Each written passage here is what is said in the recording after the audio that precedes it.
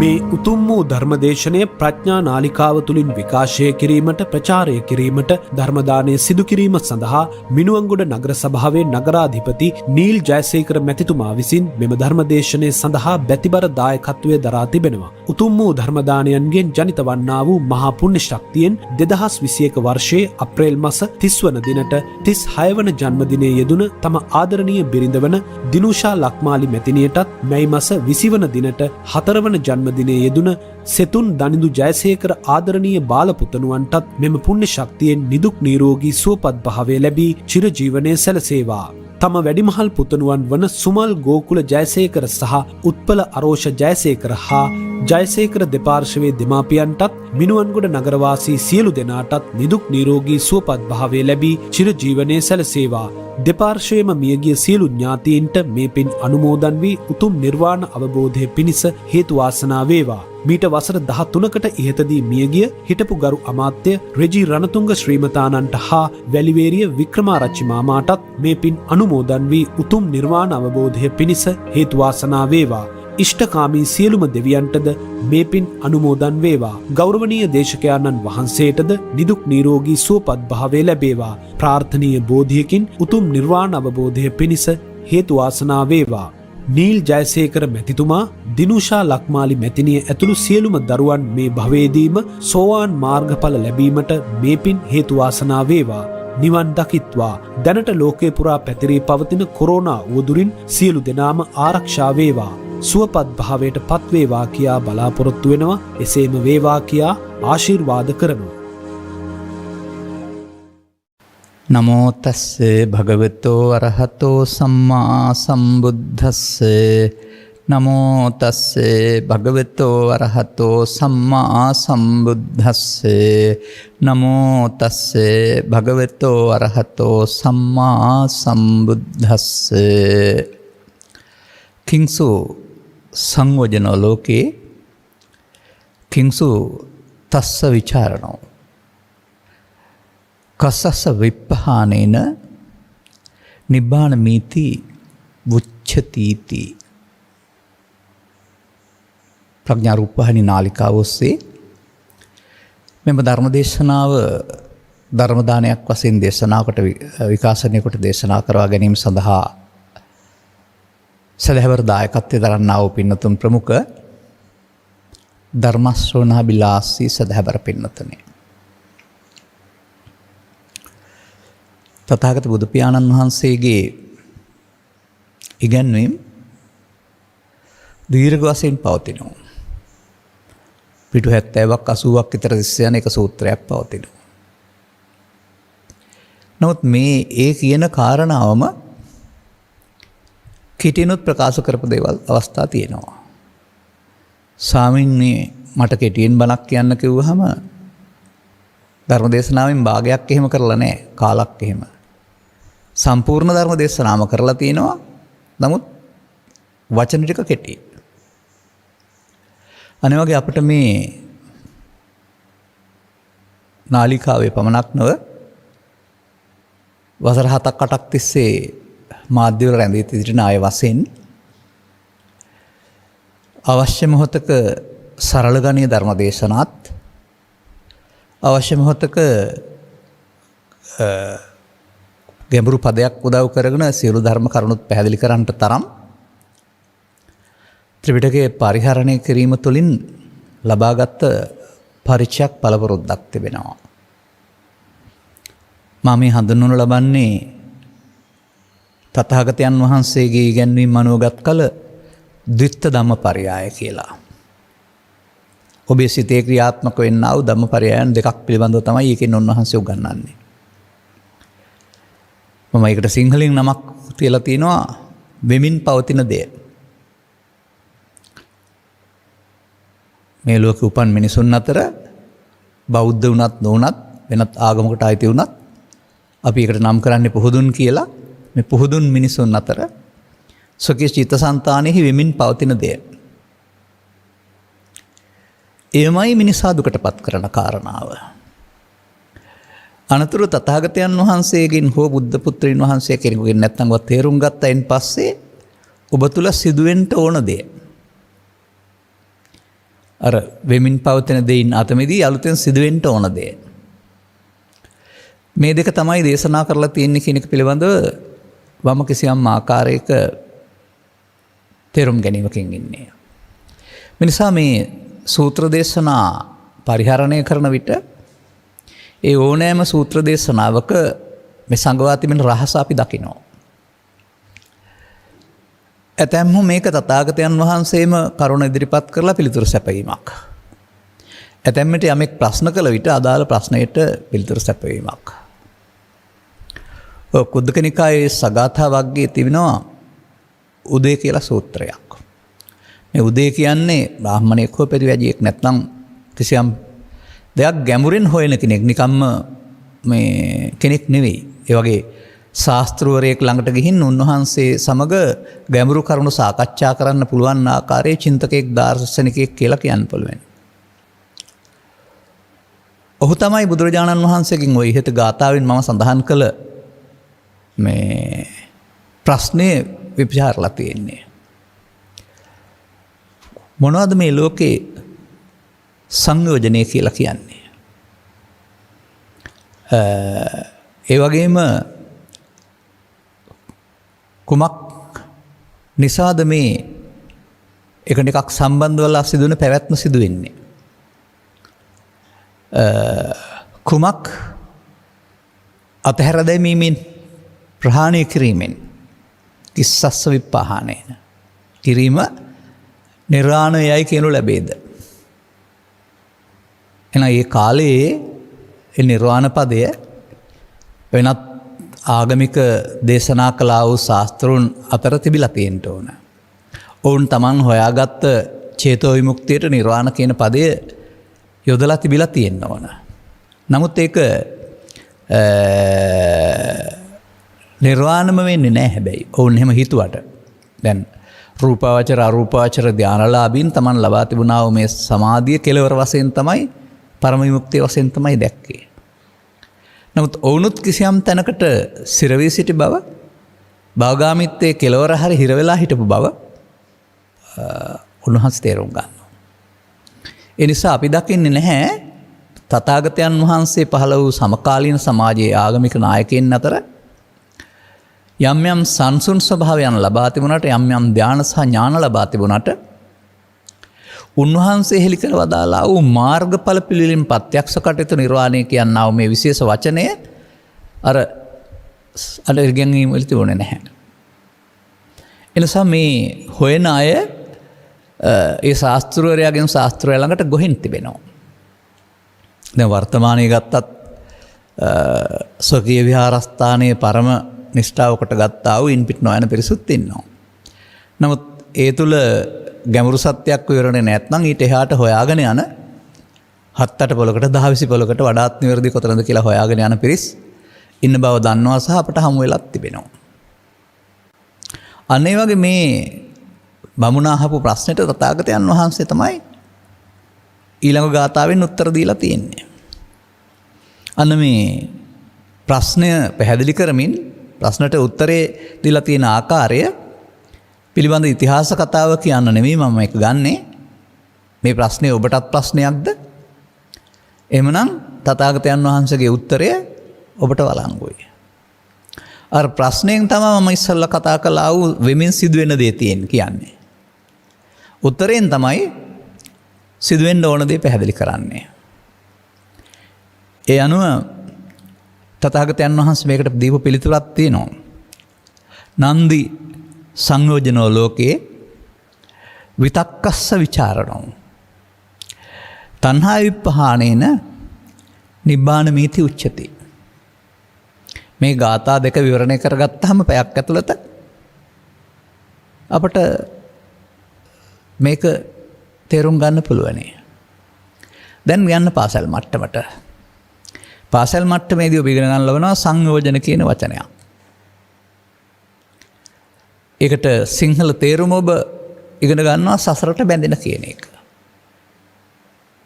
එතකොට මේ ලෝකපදය ඒක තමයි ඊළඟට ඉගෙන ගන්න ඕන. මේ ලෝකපදේ අපි පාවිච්චි කරන්න ඕන පෘථිවිය නැත්තම් ලෝකය කියන අර්ථයෙන් නෙවෙයි. මොකද ඔය ලෝකස්ස ලෝක සමුදයංච නිරෝධංච නිරෝධගාමිනී පටිපදංච භික්ඛවේ දේසිස්සාමි කියලා බුදුන් වහන්සේ වදාළ ලෝක සූත්‍රවල ලෝක පෙන්වන්නේ ඒකට නෙවෙයි. ඇස තුල, කන තුල, නාසය තුල, දිව තුල දුක හට ගන්න එක තමයි ලෝක සමුදය කියලා පෙන්වන්නේ. දුකට හේතුව කියන එක. එහෙමත් නම් ඇස තුල, කන තුල, නාසය තුල එහෙමත් නැතිනම් ඇසට රූපේදී කනට ශබ්දේදී මේ අරමුණු බාහිරෙන් ගැටීමේදී ඇතිවෙන ඇතුළත කල්පනා මුල් කොටගෙන සිදුවෙනා වූ ක්‍රියාවලිය ස්ත්‍රී පුරුෂ ගිහි පැවිදි ભેදයකින් තොරව පංචස්කන්ධ කියන අර්ථයට ගලපලා තිබෙනවා. එතකොට ඒකත් ලෝක කියලා කියනවා. ඒක තේරුම් ගන්න ඕන තවත් ලස්සන වචනයකුත් තිබෙනවා. සබ්බනම් සූත්‍රයේහි අපට මේ ලෝකේ කතා කරන්න, දකින්න, ලියන්න, කියන්න, ඉගෙන ගන්න විවිධ දේවල් තියෙනවා. විද්‍යා කලා වාණිජ්‍ය වශයෙන් හරි, ඓතිහාසික සහ අනාගත වශයෙන් හරි මේ වගේ විවිධ කාරණාවලින් තාක්ෂණික සහ කලාත්මක වශයෙන් හරි එහෙනම් අපට බෙදන්න පුළුවනි. දැන් බුදු සමයේම වර්තමානයේ වන විට බුද්ධ ධර්මය, ශාසන ඉතිහාසය, බෞද්ධ සංස්කෘතිය, බෞද්ධ ශිෂ්ටාචාරය, බුද්ධ චරිතය අර බෙදලා තියෙන්නේ. අන්න ඒ වගේ. ඒ වගේ මේ බුදුන් වහන්සේ මේ සියල්ල බෙදුවේ වෙනත් ආකාරයකට. අපි යන්නේ ඒක ගැඹුරින් අධ්‍යයනය කරලා තේරුම් ගන්න ඕන. සබ්බං ඕ භික්ඛවේ දේසිස්සාමි. අනේ මම ඔබට සියල්ල දේශනා කරන්නයි යන්නේ. කිංචි භික්ඛවේ නැත්නම් කංචි භික්ඛවේ සබ්බං. මොනවද මහන්නේ සියල්ල කියන්නේ? අන්න එතන තියෙන සියල්ල අපි හැමෝටම පොදුයි සාධාරණයි. පාලියෙන් කියනවා නම් චක්කුංච රූපේච සෝදාංච සද්දෝච ගානංච ගන්ධෝච දිවහාච රසෝච කායෝච පොට්ටබ්බෝච මනෝච ධම්මෝච. ප්‍රසාද 6 සහ ඒවට ගැටෙන අරමුණු 6 සියල්ලයි. එහෙනම් මේ සියල්ලේ විකෘතිය දැන ගැනීම සහ මේ සියල්ලේ ප්‍රകൃතිය තේරුම් ගැනීම පමණයි මිනිසා කරන්න ඕන. එතකොට ලෝකේ තියෙන සියල්ලමත් දැනගන්න වෙනවා. එහෙනම් අපිට මේ සංයෝජනය වෙනවා වෙනවා ඇත්තේ ජීවිතය තුළ එක් කතාවක් හෝ ශරීරය තුළ නෙවෙයි. ඇස තුළ, නාසය තුළ, කන තුළ, දිව තුළ, කය තුළ ගන්න අරමුණක් තුළ තමයි සංයෝජනය වෙන්න ඕන. සංයෝජනය කියන්නේ ඒක හටගෙන නැසෙනවට එහා සසරට බැඳීමක් සිදු වෙන නිසා. එහෙනම් සසර හටගෙන නැසෙන්න ඉඩ තිබියදී සසරට බැඳීම කාගේ වරදක්ද? අපේ වරදක්. අපි මේ සංයෝජන ඊට පස්සේ පොතෙන් 10ක් වශයෙන් ඉගෙනගෙන කාම ලෝකයට අයිති 5ක්, රූපී අරූපී භවයන්ට අයිති 5ක් වශයෙන් දෙකට කඩලත් ඉගෙනගෙන තියෙනවා. අපිට මේ සියල්ල මෙතන විස්තර කරන්න නැහැ. නමුත් අපි මේ පළවෙනි වචනේ ගත්තත් සක්කාය දිට්ඨිය සංයෝජනයක්. දැන් සක්කාය සහ දිට්ඨිය තේරුම් ගත්තාම ඔබට සංයෝජන වෙන හැටි තේරෙනවා. ඒතකොට ඒකෙම තියෙන්න පුළුවන් අර නන්දි සංයෝජන ලෝකේ කියන නන්දිය තේරුම් ගන්න ලේසියි. නන්දි රාග සහගතා తත්‍ර తත්‍රාබිනන්දිනී නන්දියේවත් ඇල්ම කියන අර්ථයක් මේකේ පවතින්නේ. එතකොට ඒක තියෙන්න ඕන එහෙමනම් ජීවිතයට එක් වතාවක් හෝ වසරයක එක වතාවක් නොව සාමාන්‍ය පුද්ගලයෙක් ඇසෙන් කනෙන් නාසයෙන් දිවෙන් කයෙන් අරමුණු ගන්නා විට අරමුණ තුළ තියෙන්න ඕන දෙයක් සංයෝජනය කියන්නේ. මතක තබා ගන්න. අරමුණ වලට මොනවද අපි ගන්නෙ? ඒක තේරුම් ගන්න. මට තේරෙනවා මගේ තුල ත්‍රිපිටකයේ ආශ්‍රයෙන් මම ගන්න අරමුණු ඇසෙන් රූප අරමුණ, කනෙන් ශබ්ද අරමුණ, නාසයෙන් ගඳ සුවඳ අරමුණට ගන්නවා, දිවෙන් රස, කයෙන් පහස, කෙස්වල සහ මියගිය නියපොතු කොට තැරුණාම අනිත් ඕනෑම තැනක හමු වෙන ලාමක හෝ උසස් යයි සලකන පහස. එතකොට ඒ වගේ දොරවල් පහට පස් ආකාරයක් සහ මෙහෙම බාහිර කාර්යයක් නැතිව ඒව ආශ්‍රයෙන් සිත ඇතුළට ගියාපම ඉබේම පහළ වෙන මනෝච ධම්මෝච අරමුණු. දොරවල් 6න් අරමුණු 6ක් හමු වෙනවා. ඒ අරමුණු අපි තම තමන්ට රුචි අරුචි පරිදි බෙදා හදා ගන්නවා, වර්ග කර ගන්නවා, ඇලෙනවා, ගැටෙනවා, රස විඳිනවා, ප්‍රතික්ෂේප කරනවා. මේ වගේ දේවල් කරනවා. එතෙන්දි මොකක්ද ඇති වෙන්නේ? එතෙන්දි තේරුම් ගන්න ඒ රූපයට ඇලීම කියන්නේ ශරීරයට ඇලීම නෙවෙයි. රූප අරමුණට ආසක්ත වෙන එක. ශබ්දේ නැමැති අරමුණට සමග ඇලෙන ගැටෙන එක. ගන්ධේ නැමැති අරමුණට ඇලෙන ගැටෙන මුලා වෙන එක. මෙසේ මේ දොරවල් 6න් එන අරමුණු වලට ඇලීම, මුලාව, ගැටීම, මුලාව කියන මේ කාරණා යටතේදී කිසියම් ආකාරයක බන්ධනයක් ඇති කර ගන්නවා. එතකොට ඒ බන්ධනයට කියන නම තමයි රූප තණ්හා, ශබ්ද තණ්හා, ගන්ධ තණ්හා, රස තණ්හා, පොට්ටබ්බ තණ්හා, ධම්ම තණ්හා. රූප අරූප භවයට යන්නේ නැතුව ඔබේ මේ දොරවල් 6 මුල් කොට ගත්තා වූ කාම තණ්හාව මෙහෙම ඉගෙන ගන්න. අහිංසක අම්මා කෙනෙක් නිකමට පාඩමට ගියයි නිවන් දකින්න තණ්හාව නැති කරන්න ඕනයි කියලා. ඒක පාඩමක් විතරයි. දරුවන්ටත් ඕක පාඩම්. අනුගමනය නොකරන තාක්කල් පාඩමක් විතරයි ඕන කෙනෙකුට. නමුත් අපි මේ කතා කරන්නේ මේ පාඩම් කරගන්න නෙවෙයි. වැටහෙන්න නම් ඕන. නමුත් අනුගමනීය ප්‍රතිපදාවකට යන්න ඕන. අර ඊළඟ ගාථාවෙන් පෙන්වන්නේ අනුගමනීය ප්‍රතිපදාව. නමුත් අපි ළඟ සිදුවෙන දේ, සිදුවෙමින් පවතින දේ ඉගෙන ගන්න ඕනනේ. ඒක සංයෝජන වෙන හැටි. දැන් මම මේ පෙන්වන්න හදන්නේ ඇහැ තුල, කන තුල, නාසය තුල, දිව තුල, නැත්නම් කය තුල, නැත්නම් මනස තුල සක්කාය දිට්ඨිය නම් වූ සංයෝජනයෙන් ඔබ සසරට බැඳෙන හැටි. ඔබ මේකට පාසල් අධ්‍යාපනය තුල හෝ ඉගෙන ගත්ත බාහිර අධ්‍යාපනය තුල පංචස්කන්ධය මම කියන වචනෙන් ගත්තට ඒක නොගැඹුරුයි. ඔබට ගැඹුරුද මම දන්නේ නැහැ. මම නම් ළමා කාලේ හෝ ආකාර දෙක තුනකින් ඉගෙනගෙන තියෙනවා. ඒ හැම කාලෙදිම මම ඉගෙන ගත්ත එක මම දන්නවා අද ලාමක දෙයක්. එහෙම නැත්නම් අනුගමනීය ප්‍රතිපදාවට යන්න ඕන ගැඹුරු දකින්න නැති විභාගයට ලියලා පාස් වෙන්න ලකුණු ගන්න පුළුවන් පාඩමක් විතරයි. මේ වර්තමාන සමාජයේ මේ ඉගෙන ගැනීම, පාඩම් කිරීම මේකේ ආධ්‍යාත්මික ප්‍රතිඵලයට යන්න පුළුවන් පාර වශයෙන් සලකලා එහාට හුඟ දේවල් එකතු කර ගන්නවා. නමුත් මා දකිනවා එහෙම කරපු අය, ගීත ලියපු අය, ගීත ගායපු අය, වර්ණනා කරපු අය, එහෙම නැත්නම් ධර්ම කරුණු එසේ ඉගෙන ගත්තයි කියලා අනිත් අයට උගන්වන්න උත්සාහ කරපු අය මේ සමාජයේ වර්තමානයේ ඊතරම් සදහසිතින් මේ කටයුතු කළත් සමහරව අද මේ බෞද්ධ දර්ශනය තුල නැහැ. එහෙම නැත්නම් පැවිද්ද තුල ධර්ම දේශනා කරමින් හිටපු අය පැවිද්ද තුල නැහැ. ඔවුන්ට හොඳට කටපාඩම සහ ශ්‍රද්ධාව තිබිලා තියෙනවා.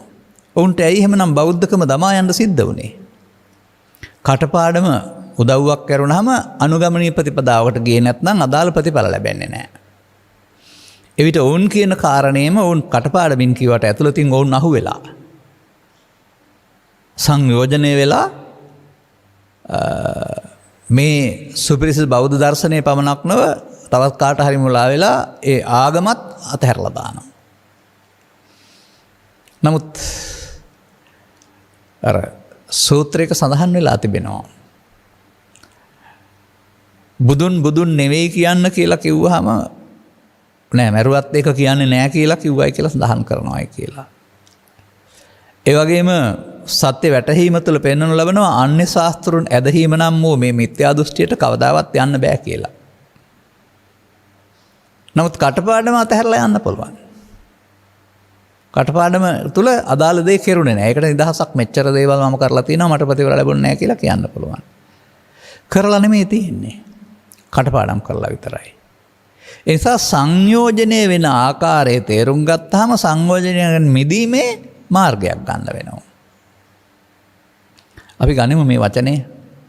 ඔබ දන්න වචනේ. ඔක්කොම කතා කරන්නේ නෑ මම. එකක් විතරක් කතා කරලා. සක්කාය දිට්ඨිය සංයෝජනයක් කියලා කියනවා. දැන් කොහෙද සක්කාය දිට්ඨිය තියෙන්නේ? මම නම් තීරුම් අරන් තියන්නේ සක්කාය දිට්ඨිය තිබෙන්නේ අරමුණ තුල කියලා.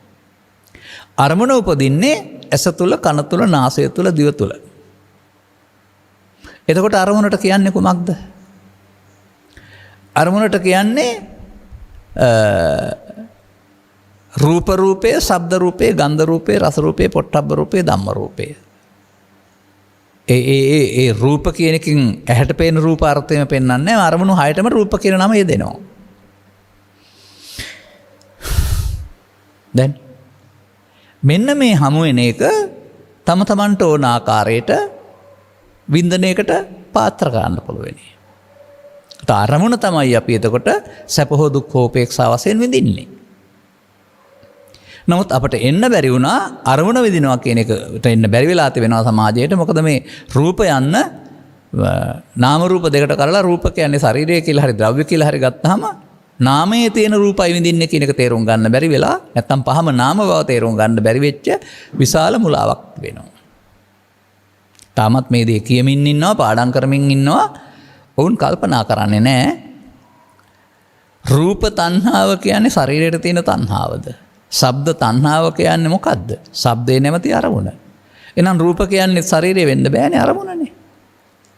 ඒක ච ඉමේ තණ්හා කායෝ කියන පදෙන් පෙන්වන්නේ තණ්හා ස්කන්ධ හයක් තියෙනවා. කොහෙද එහෙනම්? ඇසේ කනේ නාසයේ දිවේ කයේ සිතේ. ඇසේ තණ්හාව රූප තණ්හාව, කනේ තණ්හාව ශබ්ද තණ්හාව. ඒ තණ්හාවේ නැහැටි නෙපේ හොයාගන්න වෙන්නේ. අනර වේදනාවෙන් විඳින්න ගියාපුවම වේදනාව සැප හෝ දුක් හෝ උපේක්ෂා වශයෙන් විඳින්න පුළුවන් කෙනෙකුට අඳුරන්න පුළුවන්. ඊට පස්සේ සැප හෝ උපේක්ෂා වශයෙන් රූප සංඥාවක්, ශබ්ද සංඥාවක් වශයෙන්. ඒ ඇඳීමේදී ඇතිවෙන්නා වූ සැප දුක් උපේක්ෂා කියන වේදනා ත්‍රයේ ග්‍රහණය අනුව ඒක කෙරෙහි සංඛාරයක්, චේතනාවක් එකතු කරන්න පුළුවන්. මේ එක එක අරමුණෙන් නැත්නම් එක එක චිත්තචෛතසිකයන්ගෙන් කෙරෙන කාර්ය වෙනයි. රූපයෙන් වෙන එකක්, වේදනාවෙන් තව එකක්, සංඥාවෙන් තව එකක්, සංඛාරයෙන් තවත් එකක්. මේ හතරෙන් කෙරුණ ආකාරය පිළිබඳ කිසිම ප්‍රතික්ෂේප කිරීමක්, පිළිගැනීමක් නැතිව ඒ ආකාරය හඳුනා ගැනීම විඥානය. ඇසේ චක්කු විඥානය, කනේ සෝත විඥානය, නාසයේ ගාන විඥානය. ඒ නිසා දොරවල් හයෙන් මිනිසෙකුට වේදනා හයක්, සංඥා හයක්, සංකාර හයක්, විඥාන හයක් පහළ වෙනවා කියන එක බුද්ධ දේශනාවක්. තැනත් එක්ක මම මින්තර කියලා තිබෙනවා. ඔබ ළඟ වෙනවා නම් පිළිගන්න ඕන ත්‍රිපිටකයේ තියෙන නිසා හරි, බුදුන් වහන්සේ වදාළ නිසා හරි, මම කියන නිසා හරි නෙමෙයි, මේ ගැඹුරු සිද්ධිය ඔබ ළඟ වෙනවයි කියලා. දැන් පොතපත සිංහලෙන් සක්කාය කියන්නේ මේකයි කියලා තිබුණාට ත්‍රිපිටකය තුළ පැහැදිලි කරන්නේ මෙන්න මේ අරමුණ කාරණා ටික තමයි සක්කාය. පංචස්කන්ධය සක්කාය. නැත්නම් තව ටිකක් එහාට ගත්තාම මේ ඇහැ තුළ උපදින පංචස්කන්ධය, කන තුළ උපදින පංචස්කන්ධය. පංචස්කන්ධය පහළ වෙලා මෙයා මේ හැකියාව තියෙනවා. නමුත් අපි ඒක වෙන්න දෙන්නේ නැහැ. අපි ඒකට අලුතෙන් එකතු කරනවා නන්දියක්, ඇල්මක්, ගැටීමක්. ඒකට රූප තණ්හා, ශබ්ද තණ්හා, ගන්ධ තණ්හා කියලා කියනවා. දැන් එතකොට මේ තණ්හා වීමට තමයි බුදුරජාණන් වහන්සේ මම කියලා වතාරලා තිබෙන්නේ. මම යන අකුරු දෙක හෝ මම කියන ශරීරය නොව අරමුණට ඇලෙන හෝ ගැටෙන හෝ මුලායක වෙනදී ඒකට දිට්ඨි කියලා කියනවා. එහෙනම් ලෝකේ ආගම් ભેදයකින් තොරව ඕන කෙනෙකුට ජීවත් වෙන්න ගියාම වර්තමානයේ පස් දොරෙන් මේ ස්කන්ධ පහේවා එකක් පහළ වෙනවා. හයටම આવොත් හයක් පහළ වෙනවා, හය ආකාරයෙන්. නමුත් පෘථග්ජන සමාජයේ අරමුණ උපේක්ෂා සහගතව අවශ්‍ය කර්තව්‍ය කරලා ඉවර කරන්න කල්පනා කරන්නේ මේකත් එක්කලා බන්ධනයක් ඇති කරගන්නවා. අන්න ඒකට කියනවා සංයෝජනය, සසරට බැඳීම කියලා. අන්න එහෙමයි අරමුණ මගේ මම මගේ ආත්ම කොට ගැනීමෙන් අරමුණ තුළ පංචස්කන්ධය ආත්ම කොට ගැනීමේ පංච උපාදානස්කන්ධය නම් වූ සක්කාය වෙන්නේ. සක්කාය දිට්ඨි බවට පත් වෙන්නේ. සක්කාය දිට්ඨිය එතකොට පංච උපාදානස්කන්ධයට නම. එහෙමනම් ඒකෙදි මොකද වෙන්නේ? මේ සංයෝජන වෙනවා කියන්නේ මොකක්ද? ඒකෙදි මේ මොහොත හමාර වුණාට අනාගතයට පැවැත්මක් ඇති කරන්නට අවශ්‍ය හේතු නිසා සසරට බැඳෙන එකයි සංයෝජනය කියන්නේ. දැන් මේකේ තේරුම් ගන්න පෙර දරුවෙක් වශයෙන් ඔබ ලංකාවේ හිටියත් පිටරටක හිටියත් මේ කියන දේ වචනෙන් පාඩම් කරගත්තට මේ සංයෝජන ගොඩකට අහු වෙලා නේද? සක්කාය දිට්ඨියට බැඳිලා නේද ඉන්නේ? අරමුණෙන් අරමුණට සක්කාය දිට්ඨිය බැඳෙනවා කියලා තියෙන්නේ. නමුත් අර පාසල් අධ්‍යාපනය තුළ එහෙම අරමුණෙන් අරමුණට බැඳලා සක්කාය දිට්ඨියක් ගැන උගන්වන්නේ නැහැ. නිකන් මම වගේ කියන හැඟීම ළමයි ගොඩින් පාඩම් කර ගන්නවා. පංචස්කන්ධය මොකට ගැනීම කියන එක. ඉතින් පංචස්කන්ධය කියලා ඒ අය කොහොම හිතනවද දන්නේ නැහැ. ශරීරයට හිතනවද දන්නෙත් නැහැ. කායසිත දෙකට හිතනවද දන්නෙත් නැහැ. ඒ ආශ්‍රයෙන් අපිට ඒක පිළිබඳව නිවැරදි නිගමනයට එන්න බැරුව යනවා. දැන් අන්නේ රූප තණ්හාව, ශබ්ද තණ්හාව, ගන්ධ තණ්හාව නැත්නම් ඒකට එක්ක පවතිනා වූ ඇලීම හෝ මුලාව, ගැටීම හෝ මුලාව. එතකොට ඒක රූපේ හෝ ඇසේ තියෙන දෙයක් නෙවෙයි. ශබ්දේ හෝ ගන්ධයේ තියෙන දෙයක් නෙවෙයි. කනේ හෝ නාසයේ තියෙන දෙයක් නෙවෙයි. ඒවා ගැටිලා හට ගන්න තැන අපි විසින් ඇති කර ගන්නා වූ දෙයක් නන්දිය නැත්නම් මේ සංයෝජනය කියන්නේ. මතක තබා ගන්න. ඒවා ලෝකේ අනිත් අය ගාව සිද්ධ වෙනවා. හැම දෙනා ගාවම සිද්ධ වෙනවා. ඒක මේ ලෝකේ සැකසී පවතිනෙත් ජීවත් වෙන්න මේ ආකාර පහකින් ලෝකේ හඳුනා ගැනීමට අවශ්‍ය නිසා ඇරුණාම ඇස් පියාගෙන ඉඳලා හරි කන් වහගෙන ඉඳලා හරි මග ඇරලා ගින් හරි මේ විසඳුම ලබන්න බෑ. එහි රතුයිර පණින ආකාරය තේරුම් ගන්න වෙනවා. සාමාන්‍ය රතුයිර පණිනවා කියන්නේ අනතුරුදායක ප්‍රදේශයකට යනවායි කියන එකනේ. අන්න ඒ වගේ මේ පුහුදුන් කියන සමාජය මේ රතුවිර පැනලා මේවා ග්‍රහණය කර ගැනීමට කියනවා සක්කාය දිට්ඨි සංයෝජනයට බැඳෙනවායි කියලා. එහෙනම් ඇස කන නාසය දිව කය කියන දොරවල් හයෙන් සක්කාය දිට්ඨි හය ආකාරයෙන් බැඳෙන්න පුළුවන් නේද? අන තේරුම් ගන්න ඕන මේ පැහැදිලි කරන්නා වූ කිංසු සංයෝජනා ලෝකේ මොනවද ලෝකේ සංයෝජන කියලා කියන්නේ? ලෝකේ කියන්නේ මේ රූප වේදනා සංඥා සංකාර පහේ හරිද?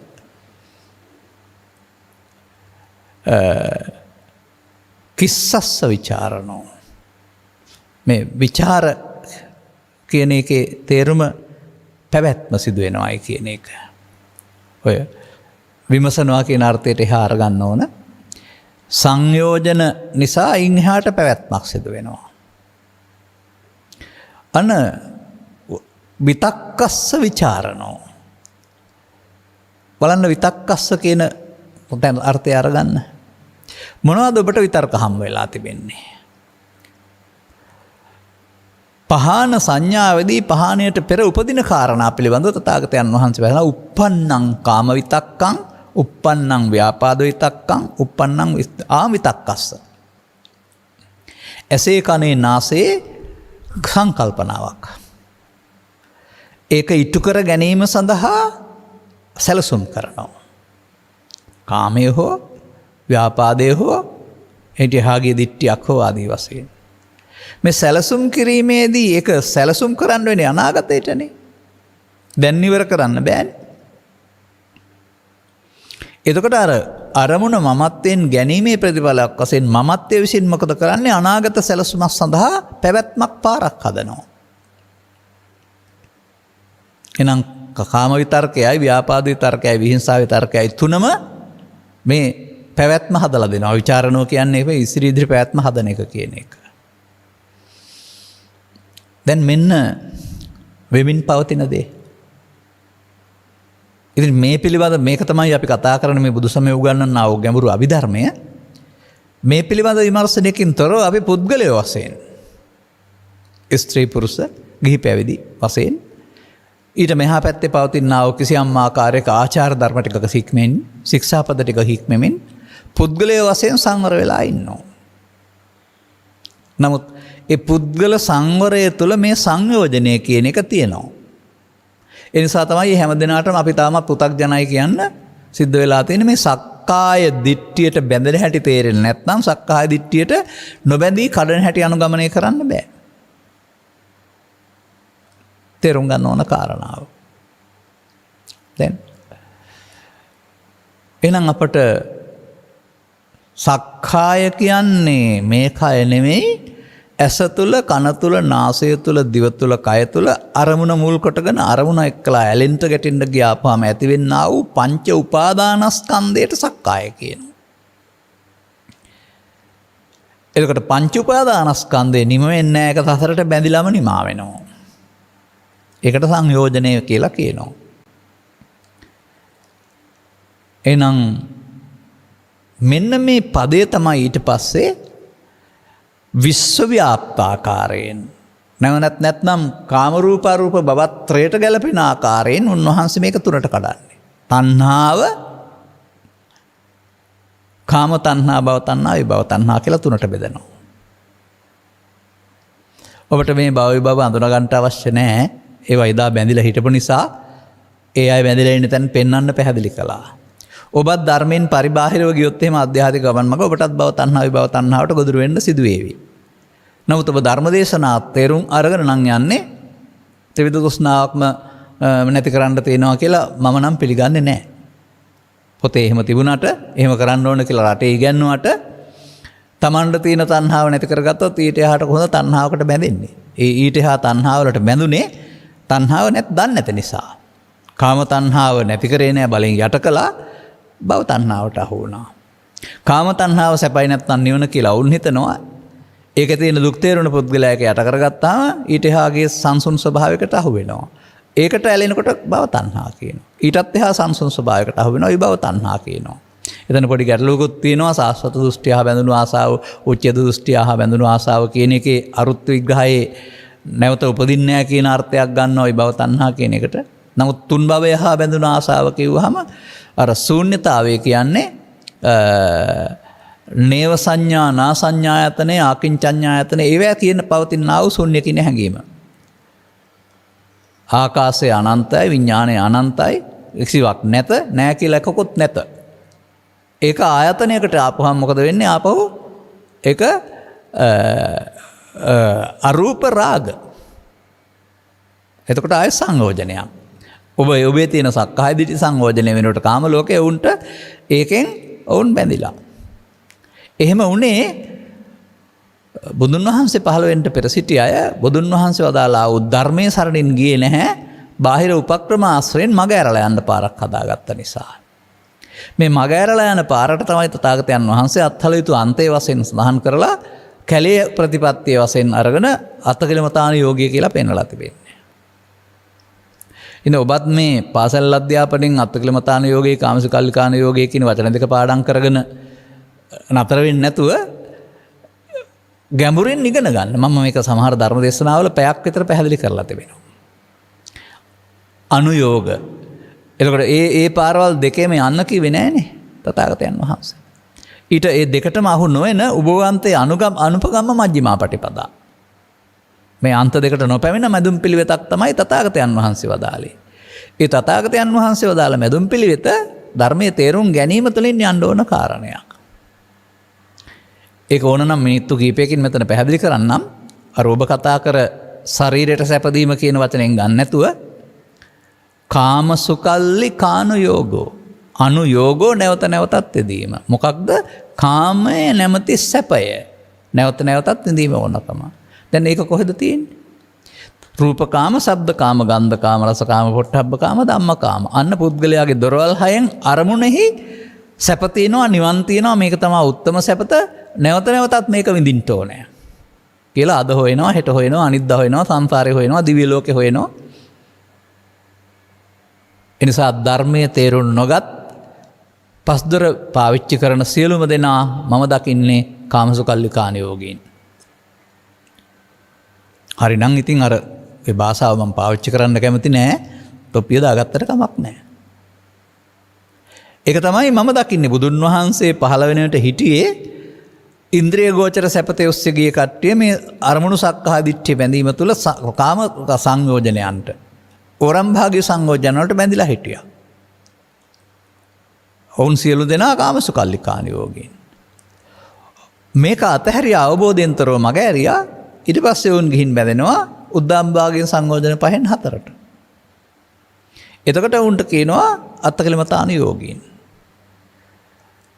ඒක කයට දුක් දීම කියන අර්ථය ගන්න නැතුව තමා තවන කියන අර්ථය ගත්තාම තමා යන්නේ කය නෙවෙයි එතන. තමා රූපේදී රූපේ, ශබ්දේදී ශබ්දේ, ගන්ධේදී ගන්ධේ, රූප ශබ්ද ගන්ධ රස පොට්ටබ්බ දන්න තණ්හා තමයි තමා. නමුත් මේවා අතහැරෙනකොට රූපී ධානයට මමත්වෙන් ගැනීම, අරූපී ධානයේ මමත්වෙන් ගැනීම තමයි තමා බවට පත් වෙන්නේ. ඒක තමා බාහිර සිද්දේරි කයෙන් පේන්න ඉන්නවා, ඊට එහා පැත්තට රූප ශබ්ද ගන්ධ රස වල පේන්න ඉන්නවා.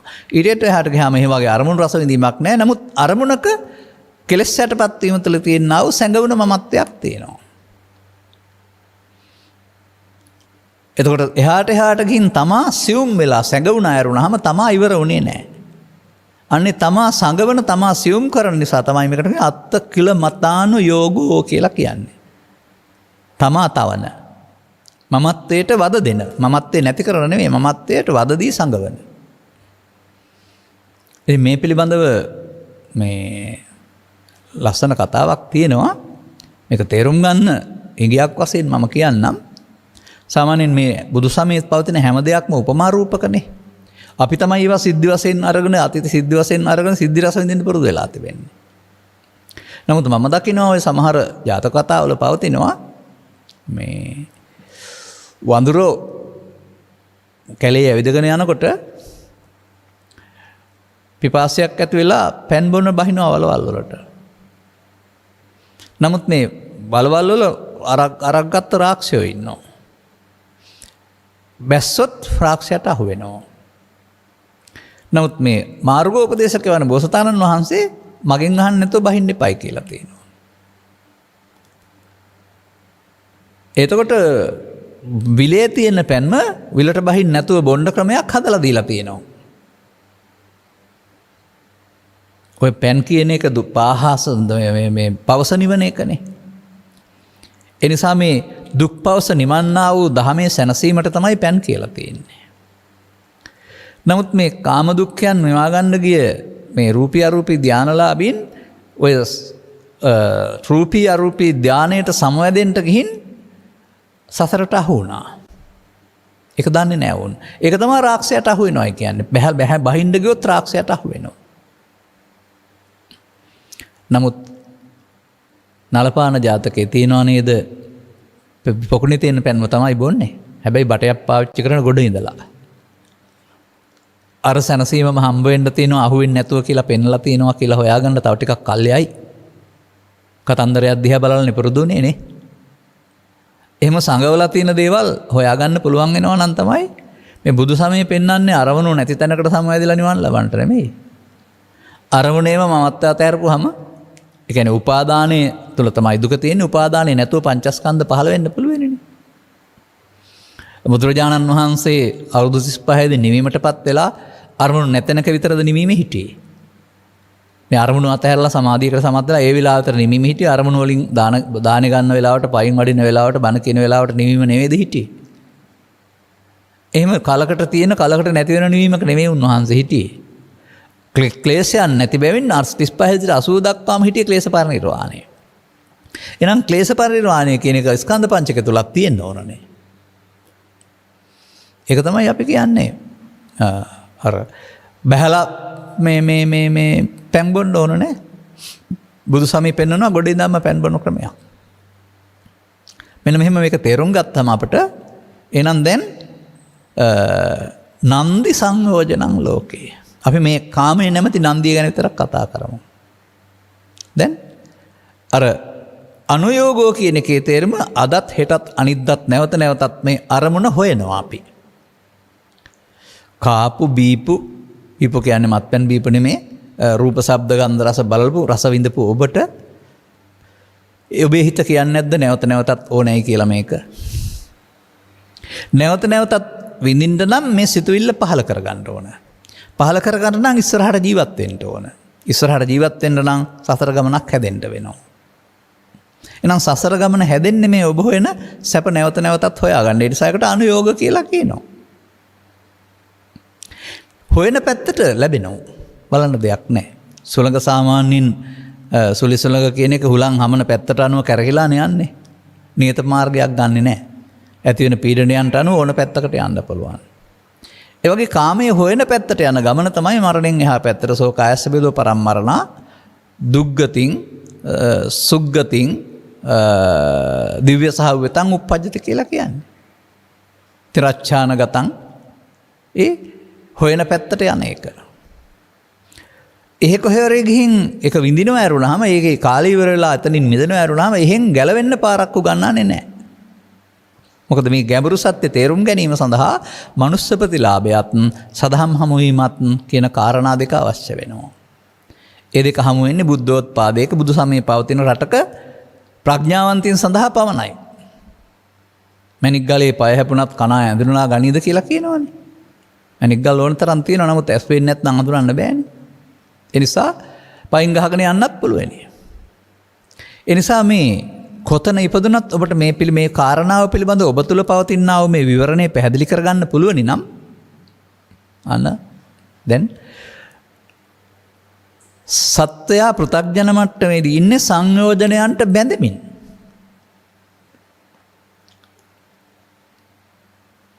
නන්දි සංයෝජනං ලෝකේ විතක්කස්ස විචාරණෝ.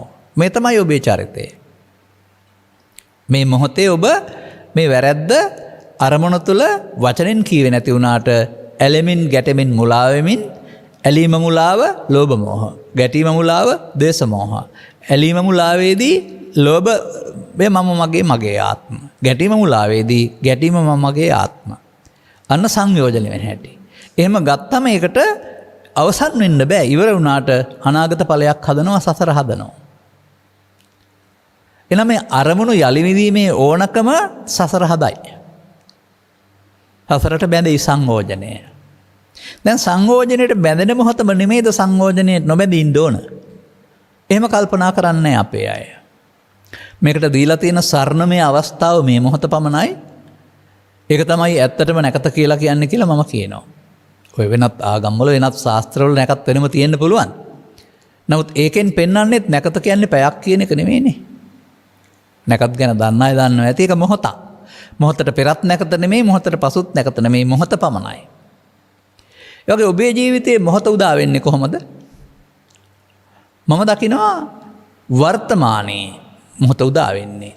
ඒක ඇසෙන් හෝ කනෙන් හෝ නාසයෙන් හෝ දිවෙන් හෝ කයෙන් කරන කටයුත්ත තුලයි. මේ මොහොත තමයි අනාගත සසර හදන්නේ. මේ මොහොතේ තමයි මුලා වෙන්නේ. ඒකට සක්කාය සංයෝජනය කියලා කියනවා.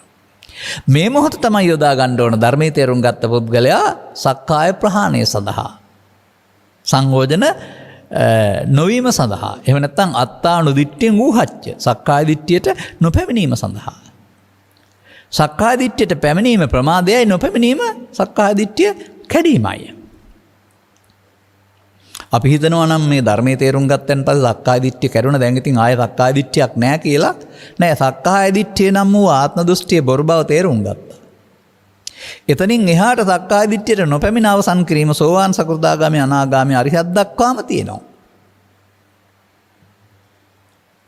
ඒ කියන්නේ කාමරාග මමත්වෙන් ගැනීම, ව්‍යාපාද මමත්වෙන් ගැනීම. එහෙම නැත්නම් මෝහ, කාමරාග ව්‍යාපාද කියන්නේ ලෝභ දේශ, ඒ දෙක අතහැරුණත් මෝහය නම මමත්වෙන් ගැනීමක් තියෙනවා. ඒ නිසා අර එක සූත්‍රයක පැහැදිලි කරන්නේ අත්තානු දිට්ඨින් ඌහච්චේවං මච්චුතරෝසියා. සක්කාය දිට්ඨියට නොපැමිණීමෙන් මරණය මායාව පරාජය කරන්න පුළුවන් කියලා. මේ පැමිණෙන අවස්ථාවම නොපැමිණෙන අවස්ථාවට බාටපත් කරගන්න තමයි බුදුරජාණන් වහන්සේ සමාජයට යෝජනා කරන්නේ.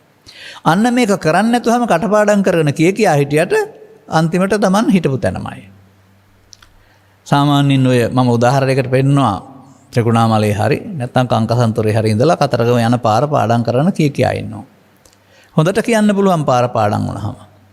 නමුත් ගියේ නැත්නම් මරණයටපත් වෙන දවසට තාමත් කතරගම නෙමෙයි ඉන්නේ ත්‍රිකුණාමලේ නැත්නම් කංකසන්තොරේ.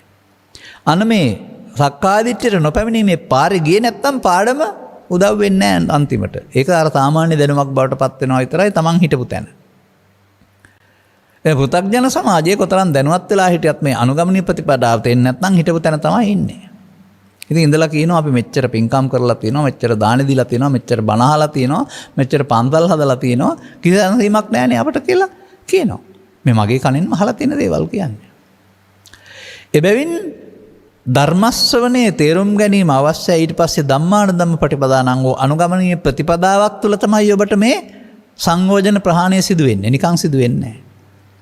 ඒකට පාවිච්චි කරන්න ඕන අවස්ථාව මොහොත වර්තමානය. මතක තබා ගන්න. එතකොට ඒ මොහොතට පාවිච්චි කරන්න ඕන දෙයට කියනවා සිහිය කියලා. නමුත් ඒ සිහිය කියලා කතා කරන්නේ මේ පෘථග්ජන පුද්ගලයින්ට තියෙන වැඩ කටයුතු කිරීම පිළිබඳ සිහිය වෙන්න බෑනේ. එහෙම තමයි වර්තමානයේ කතා කරන්නේ. යම් ඉරියව්වක් පිළිබඳව කටයුත්තක් පිළිබඳව මතකයට සිහිය කියලා කතා කරනවා. නෑ. අර සක්කායට බැඳෙන එක අරමුණේ මමත්වෙන් අරන් බැඳෙන එක ප්‍රමාදේ නැත්තම් අසිහිය. ඒක තමයි බුදුරජාණන් වහන්සේ වදාරලා තිබෙන්නේ සත්‍යය සසරේ ප්‍රමාද වූ. අයි පමාදෝ මච්චුනම් පදයට මච්චුනෝ පදන් වලට ගැලපෙන්නේ නැද්ද? මරණයට මග කවුද මරණයටපත් වෙන්නේ? මම දකින්නේ රහතන් වහන්සේලා බුදුරජාණන් වහන්සේ වැනි අය මරණයටපත් වෙන්නේ නැහැ, පිරිනුවම් වඩිනවා. අනිත් අය පව් කළ අය මරණයටපත් වෙනවා, පින් කරන අය මරණයටපත් වෙනවා, දෙවියෝ මරණයටපත් වෙනවා, බ්‍රහ්මයෝ මරණයටපත් වෙනවා, උපාසක උපාසිකා පිරිස මරණයටපත් වෙනවා, ස්වාමින් වහන්සේලා අපවත් වී වදාරනවා ඒත් මරණය.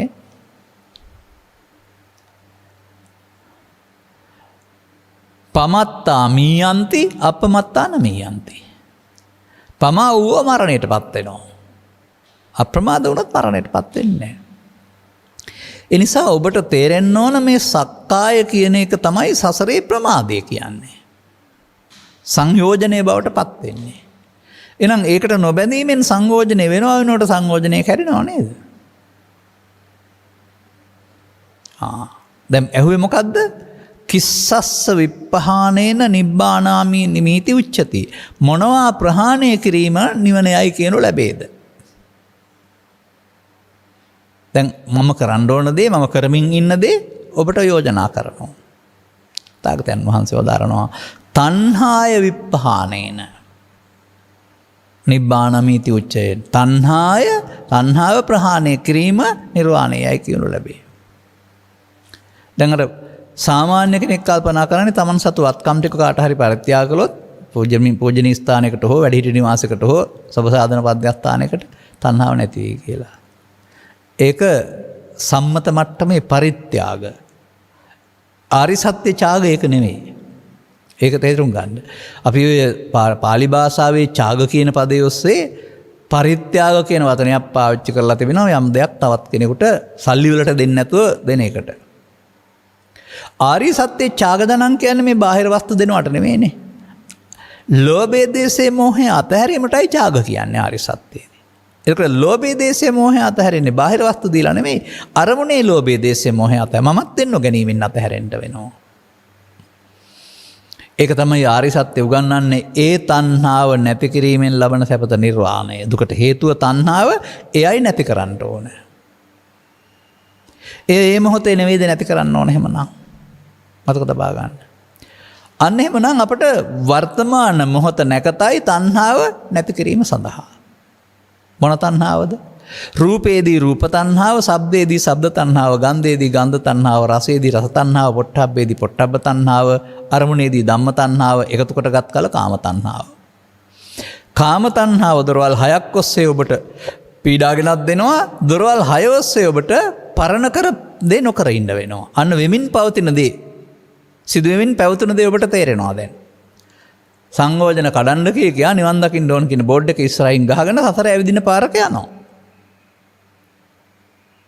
ඔය මේක දවස්වල තියෙන්නේ ඉස්සරහින් බලවම මොකක් හරි බෝඩ් එකක් ගහලා මේ අවසර තියෙන බෝඩ් එකක්. ප්‍රථම ආධාර සඳහා අවසර තිබෙනවා, හදිසි රාජකාරී සඳහා අවසර තිබෙනවා, වෛද්‍යවරුන්ට අවසර තිබෙනවා. නමුත් අවසර පත්‍රය ඉස්සරහින් ගහලා ඇතුලේ කුඩු අදිනවා හරි තව මොකක් හරි හොර වැඩක් කරනවා අහු වෙනවා. මේකම නෙමෙයිද බෞද්ධ අපි නිවන් දකින්න යන්නේ කියලා බෝඩ් එකක් ඉස්සරහින් ගහලා සසර ඇවිදිනවා නම් කරන්නේ. බෝඩ් එක ගහලා තියෙන නිර්වාණයට. හැබැයි වාහනේ යන්නේ ඇතුලේ ඉන්න අය යන්නේ සසරට. ඒ නිසා ඒ තණ්හාව ප්‍රහාණය කිරීම කියන එක ධර්මයේ තේරුණ පුද්ගලයාට ඒ ධර්මයේ සරණින් නැති වෙන්න වෙනවා. මොකද්ද මම මෙතෙන්ට ධර්මයේ කියලා යොදන්නේ? අන්න ඒක තමයි ඊට පස්සේ තේරෙන්න වෙනවා. මේ අරමුණේ ඇලී හේතු ඉතුරු වී අවසන් වෙන්නේ මොනවා නිසාද? පංචස්කන්ධය මම මගේ ආත්ම හේවත් නිත්‍ය සුඛාත්මකට ගැනීමෙන් සතරට බැඳේ.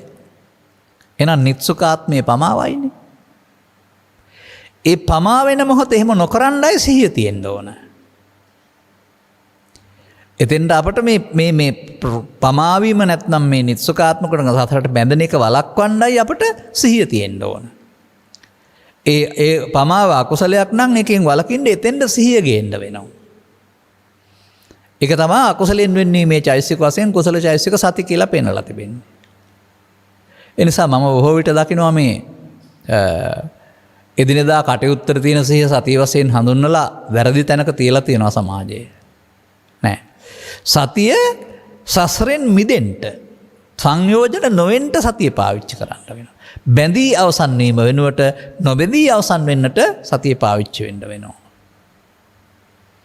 ඒ නිසා ඒක පෘථග්ජන පුද්ගලයෝ සතුව පවතිනා වූ මොන හරි දෙයක් තියපු තැන පිළිබඳ මතකේ නෙමෙයි. වර්තමාන මොහොත සසරට සංයෝජනයක් නොවි අවසන් වීම සඳහා අවශ්‍ය කරන්නා වූ සතිය. ඒකනේ සිහියෙන් කටයුතු කිරීම කියලාද අප්‍රමාදය කියලා කියන්නේ. අන්න ඔබට මේක තේරෙනවා නම් ඉන්ද්‍රිය භාවනාව තේරෙනවා. ඉන්ද්‍රිය භාවනාව කියන්නේ ඇසෙන් කනෙන් නාසයෙන් දිවෙන් කයෙන්. එන අරමුණ සමග බාහිරයේ සමග මවක් හෝ පියෙක් හෝ ගුරුවරයෙක් හෝ වෛද්‍යවරයෙක් හෝ යහපත් මිනිසෙක් වශයෙන් රාජකාරී කරන ගමන්ම අර විතක්කස්ස විචාරණෝ කියන එක විතක්කේ පවත්තන්න නැති වෙන්න විතර්කයේ සංසිඳවන්ට වෙනවා.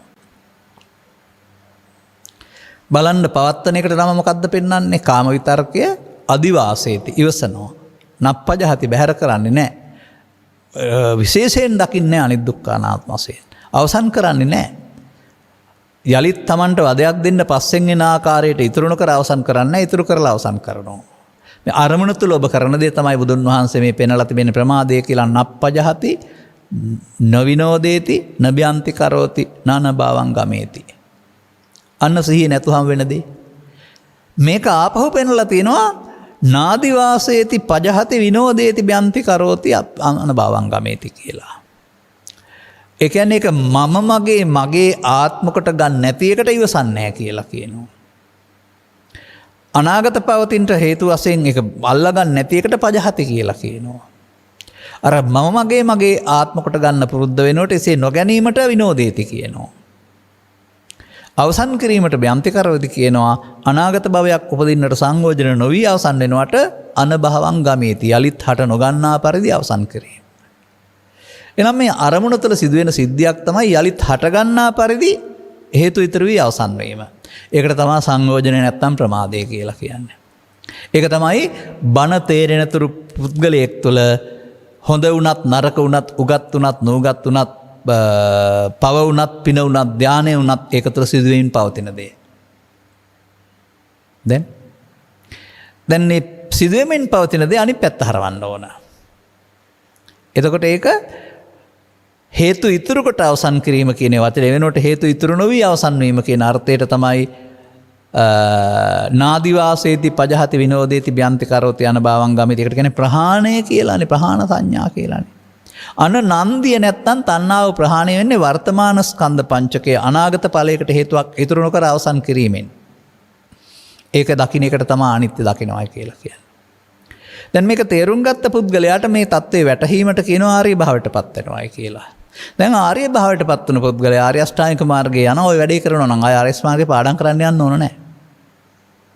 මේ වැඩේ අරමුණ තුළ නිරවශේෂ නිරෝධය කරනවා නම් ඔහු යන්නේ ඔහු වඩන්නේ අප්‍රමාදය සතර සතිපට්ඨානය එහෙම නැත්නම් ධම්මානුපස්සනාව නැත්නම් චතුස්සත්‍ය අවබෝධය නැත්නම් කර්මක්ෂය කිරීමේ කර්මය නැත්නම් පටිච්චසමුප්පාද නිරෝධය ඔය ඕන එකක් හරියොතෙන්න.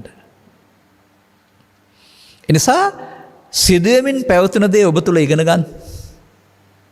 ඒක බුදුවරු වරුණාම කවුරුත් කියලා දෙන්නේ නැහැ. බුදුවරු එලි කර දහම වරුණාම වෙන කොහෙවත් ඒක නැහැ. ඔය සිත මුල් කොටගත්ත මොහොතකින් සිදුවෙන දේ. සිදුවෙමින් පවතින දේ තමයි ඔබට දුක් ගෙනත් දෙන්නේ. ලෝකේ දුකයි නෙමෙයි. දුකට හේතුව තණ්හාව කියලානේ පෙන්වන්නේ. තණ්හා උපාදාන භව විද්‍යා සංඛාර අපි අරමුණේ කරනවා. නමුත් තණ්හා නැත්නම් උපාදාන නැහැ. උපාදාන නැත්නම් භව නැහැ. අරමුණු තුල තේරුම් ගන්න උත්සාහ කරන්න. එතකොට ඒකට අවිද්‍යා සංකාරද කියන්නේ විද්‍යා විමුක්තියද කියන්නේ? අන්න ඒකට කියනවා අනභවං ගමේති යලිත් හට ගන්න නැති පරිදි අවසන් කරනවා. ඔබට පුළුවනිද මෙන්න මේ භාවනාවට එන්න? ඒකට කියනවා අරමුණු විදර්ශනා කරනවායි කියලා. ඒකට කියනවා පංචස්කන්ධය පංච උපාදානස්කන්ධය අනිදුක්ඛ අනාත්ම වශයෙන් බලනවායි කියලා. ඒක කියනවා අප්‍රමාද වෙනවායි කියලා. ඒකට කියනවා නිරවශේෂව නිරෝධ කරනවායි කියලා. සංසාරේ කල්ප කෝටි ගාණක් ඇවිදලා හරි බුද්ධෝත්පාදයක ඇවිදින් මේක තේරුම් ගන්න වෙනවා. අද තේරුම් ගත්තොත් සසරට යන්නේ නැහැ. තේරුම් නොගත්තොත් පව ඔස්සේ පින ඔස්සේ මිනිස්කමින් එහා පැත්තට සසරට යයි. ඒ ගියාම කියලා දෙන්න කෙනෙක් නැහැ. ආයෙත් බුද්ධෝත්පාදයක මිනිසත් බව ලබා සදහම් හමු විට පමණයි මේ දොර ඇරෙන්නේ. මේ ඔබ දොර ළඟ නේද ඉන්නේ? ඇයි ඔබ ඒ දොර එපා කියලා නිවන් දොර එපා කියලා අපාය දොර දිව්‍ය ලෝකයේ දොර බ්‍රහ්ම ලෝකයේ දොර අරගන්න හදන්නේ? ඒ දොරවල් වලින් යන්නේ සසරටනේ. ඒ හැම දොරක්ම තියෙන්නේ සසරටනේ. ඒකට එකක් වඩා සැප තිබුණාට. අපි ඒක ලොකුයි කියලාකට බුදුන් වහන්සේ වදාළ පරිදි ඒක ප්‍රමාදයනේ. මෙන්න මේ කරුණ තේරුම් ගැනීමට තරම් ඔබ ඥානවන්ත වෙනවා නම් ධර්ම ශ්‍රවණය තුල ක්‍රමයෙන් මේ තැන සියුම් තැන අවබෝධ කරගන්නවා. මම ඔකට උදාහරණයක් කියලා තිබෙනවා. මේ බණක් ඈතින් තේරුම් ගත්තහමත් බණ තේරුණා කියලා හිතනවා. මම මේක සාගරයේ මූදු ඇල්ලේදී දැක්ක උදාහරණයක්. ඇතැම් ඔය දැන් නෙමෙයි ළමා කාලේ හරි තරුණ කාලේ හරි එහෙම නැත්නම් අහම්බෙන් ගිහින් එනකොට අනිත් අය මූදු ඇල්ලේ සතුරු වෙනතුරු අපි වාහනේට වෙලා ඉන්නකොට මම ඈත දකින්නවා සාගරයේ. කිලෝමීටර් කොච්චරද කියන්න බෑ. දකින්නේ කළු පාට ගුලියක්. නමුත් ඒකේ හැඩය අනුව සහ කුඹ ගහ අනුව ඒක නැවක් කියලා හිතාගත්ත හැකියි. හරිද? මම නැව දැක්කා කියන එක හරිනේ. බැලු බැලමට. නමුත් මේ නැව ළඟට ආවොත් එහෙම කළු පාට ගුලියක්ද? නෑ, ඒකේ තියෙන පාට ගහලා තියෙන අකුරු වීදුරු ජනෙල් ඉන්න අය සේරම දර්ශනය වෙනවා නේද? එතකොට තමයි නැව හරියට දකින්නේ. අන්න ඒ වගේ මේ බණක් අහලා තේරෙනවා කියන එක ඊට පස්සේ ළඟට ගන්නකොට අර සූම් කියලා කතා කරන්නේ. එතකොට දැන් සාමාන්‍යයෙන් අර ඔබ බලාපොරොත්තු ලෝකේ බලන තාක්ෂණය තුල ප්‍රතිතේම බලන්න පුළුවන් ඔබට. ලංකාවම බලන්න පුළුවන් එකපාර. නමුත් මේ කැමරාව ගොඩාක් කරගෙන ගිහිල්ලා ඊට පස්සේ ගමට ඇවිදින් ගමෙන් ගෙදරටත් ඇවිදින් ගෙද වහලට උඩින් බලන්න පුළුවන්. එතකොටනේ ගේ පේන්නේ හරියට. අන්න ඒ වගේ මේක සමීප කරගන්න ධර්ම ශ්‍රවණයෙන්. ඈත ඉන්න එපා. ඈත නැව බැලුවට නැවේ ඇත්ත පේන්නේ නැහැ. නැවක් නම් තමයි හඳුනා ගැනීම. නමුත් සැබෑවට පේන්නේ නැහැ. නමුත් ළඟටම ආපුහම මේකේ වීදුරු වල සහ වේදුරු රාමු වල තියෙන දේවල් වර්ණය ඔක්කොම හොඳට පේනවා හැඩේ. ඒ වගේ සමීප වුණාම තමයි මේ කරන්න ඕන දේ තේරෙන්නේ. අන්නේ සමීප වුණාම දේ තේරුම් ගන්න පුළුවන් වෙනකොට ඔබට දැන් තණ්හාය විප්පහානේන අන්නර රූප තණ්හාව, ශබ්ද තණ්හාව, ගන්ධ තණ්හාව මතු ගන්නට තියන්නේ නැතුව අල්ලා නොගෙන අවසන් කිරීම තුළින් අවශේෂ නිරෝධයේදී පමාවයි, නිරවශේෂ නිරෝධයේදී විද්‍යා විමුක්තිය. එතකොට ඒ විද්‍යා විමුක්තිය කියන කාරණේදී මේ තණ්හාව ප්‍රහාණය වීමේදී එතන හමු වෙන දේ බුදුන් වහන්සේ වදාරනවා නිවීම කියනවායි කියලා. ඉතින් මේකට ගාථා දහදහස් ගණන් පාඩම් කරන්න, බුද්ධ පරිනිර්වාණයෙන් පස්සේ අද දක්වා ලියුණු පොත්පත් සේරම ටික කියවන්න ඕනේ නම් එහෙනම් ඉතින් පස්වග තවුසන්ට මේ වැඩේ කෙරෙන්නේ නැහැ. මොකද උන්ට හම්බ වුණේ අනත්ත ලක්ෂණ සූත්‍රය විතරනේ. එහෙනම් අඟුලිමාලට මේ දේ කෙරෙන්නේ නැහැ. සුනීතට මේ දේ කෙරෙන්නේ නැහැ. මොකද අටුවා ටීකා මොකක්වත් තිබුණේ නැහැ ඒ කාලේ. නමුත් මේක තේරුම් ගත්තාම කෙරුණා නේද? එහෙනම් මම දකිනවා ගඟේ පහළට යන තරමට හොඳ වතුර හොයන්න අමාරුයි, වතුර සංඛ්‍යාව වැඩි.